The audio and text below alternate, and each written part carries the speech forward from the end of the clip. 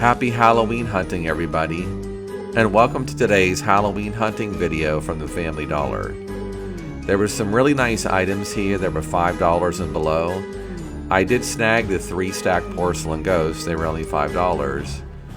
Please comment below as to whether you like this video, what you'd want to see, what your theme is this year, and what items that you like the best.